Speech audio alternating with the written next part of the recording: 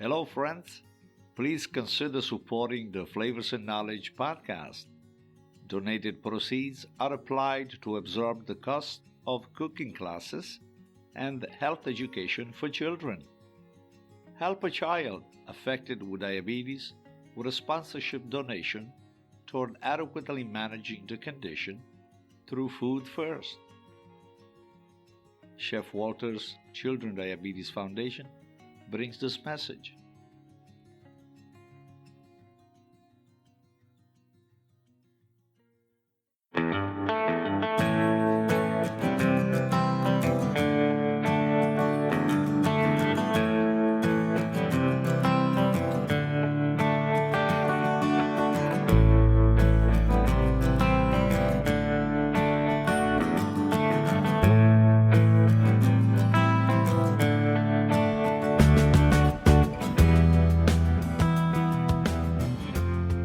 Hello, friends. Welcome back. This is Chef Walter.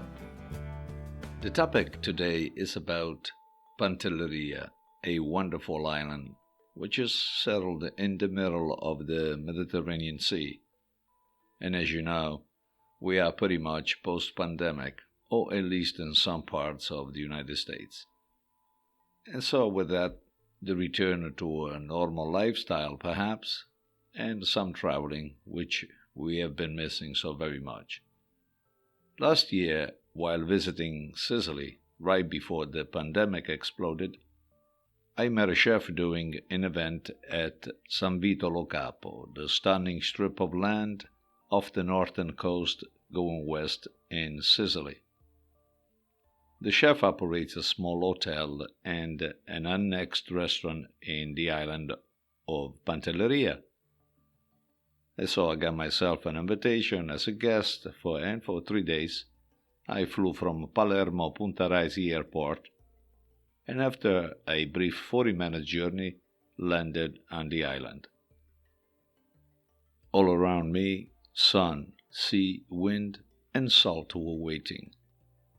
Pantelleria, literally daughter of the wind, rises between Africa and Europe. It is about 67 kilometers from the Tunisian coast and 85 kilometers from the Sicilian coast. It does not belong to any archipelago, and it is the largest of the satellite island of Sicily, with an area of about 83 square kilometers and a perimeter of about 51 kilometers. Upon arrival, the stunning mountains held by painted clouds, the scent of prickly pears were immersed in the salted air that surrounded me. The black pearl of the Mediterranean, as Pantelleria is defined, is an island of volcanic origin. Although the last eruption dates back to 1891, and there is now an extinct volcano, its geological life is still in activity with the volcanic phenomena which are very present. All of this contributes to characterize it and make it uniquely spectacular. The highest point of the island is the top of the Montagna Grande of 1863 meters above sea level.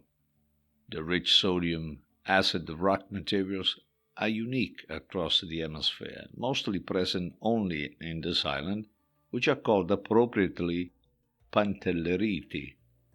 By studying them, it was possible to identify the birth period of this island, about 500,000 years ago during the Tertiary era.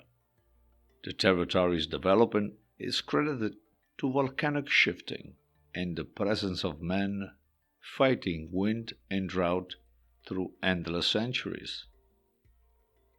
Looking in the foreground, visible are dry stone walls terrace built for agriculture and gardens, which help to protect the citrus tree from the strong winds. Positioned in perfect harmony are the Damusi buildings with eclectic dome ceiling, perhaps the first example of a bioclimatic architecture, which are used for water collection and thermal insulation. The history of Pantelleria is very ancient. The island's first inhabitants were probably the Cesioti, who settled around 5,000 years ago in the area between Murcia and Cimilia. They decided to settle here due to obsidian volcanic glass, a fundamental element during the prehistoric era. Inhabitants of the island's origin have not been fully discovered. Tombs and monuments made of dry stone positioned in the center of the Sicilian Channel is a grim reminder of a violent life, battling Greeks and Phoenicians hungry for the invariable strategic position.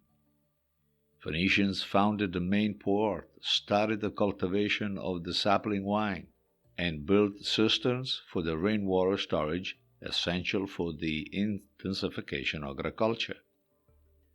Under the Phoenicians' ruling, the island achieved its autonomy and great prosperity.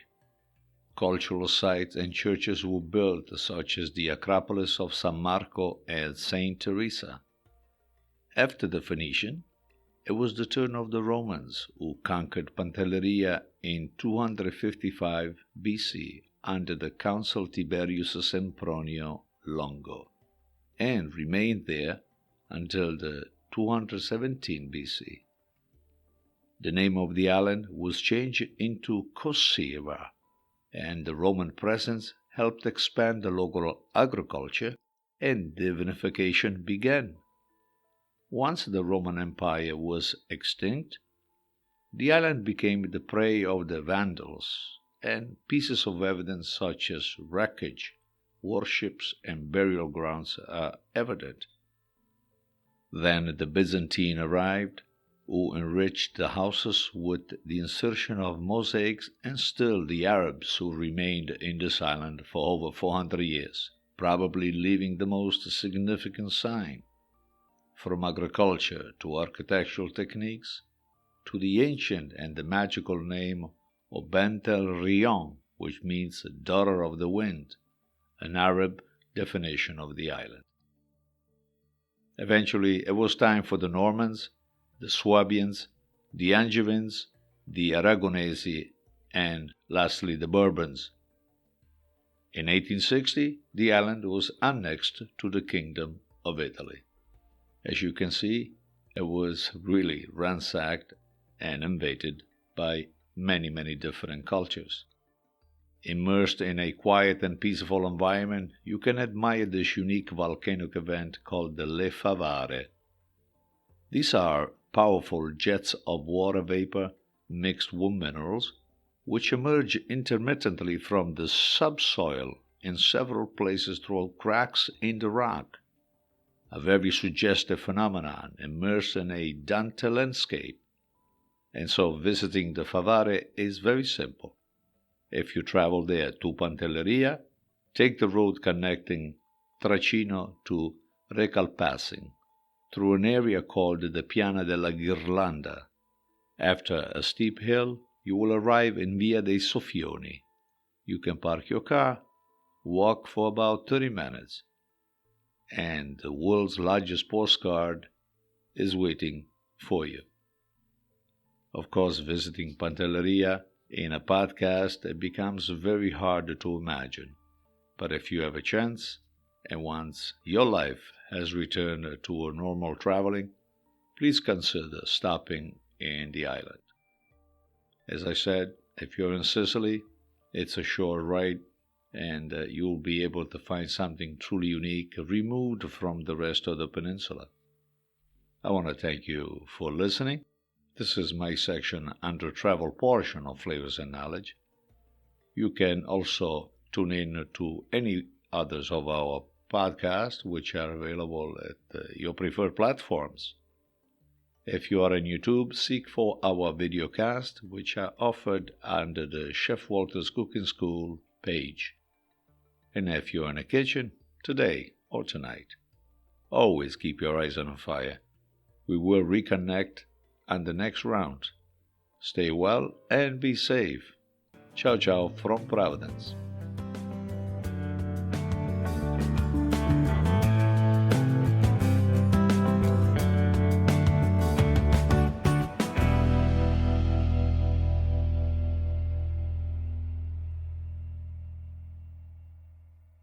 Flavors and Knowledge is brought to you by Chef Walter's Cooking School in Cranston, Rhode Island. For classes, workshops, events, and programs, please visit our website at chefwalterscookingschool.com. For all other services offered by Chef Walter's Food Group, check out our main website, chefwalter.com.